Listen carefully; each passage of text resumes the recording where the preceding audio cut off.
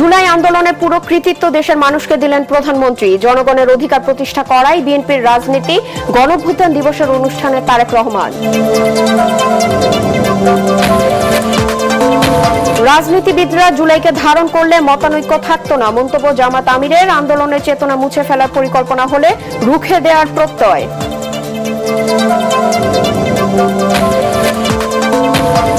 জুলাই সনদের আলোকে সংবিধানের 18তম সংশোধনী জানালেন স্বরাষ্ট্রমন্ত্রী। কমিটিতে বিরোধী দল যুক্ত হওয়ার আশাবাদ। দলীয় মত চাপিয়ে দেওয়া হবে না, আশ্বাস আইনমন্ত্রীর।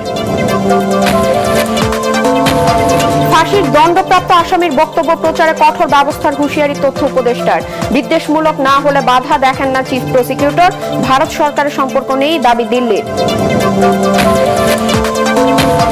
বাংলাদেশ সৌদি সম্পর্ক নতুন উচ্চতায় নিতে একমত উভয় পক্ষ, জানালেন শামা ওবায়েদ। রোহিঙ্গাদের পাসপোর্ট জটিলতা সমাধানের প্রতিশ্রুতি রিয়াদের। এবং 2 সপ্তাহের গ্যাস সংকটে রাজধানী সিএনজি স্টেশনগুলোতে যানবাহনের দীর্ঘ সারি। চট্টগ্রামে বাসাবাড়ি, গণপরিবহন ও শিল্প কারখানা সর্বত্রই হাহাকার।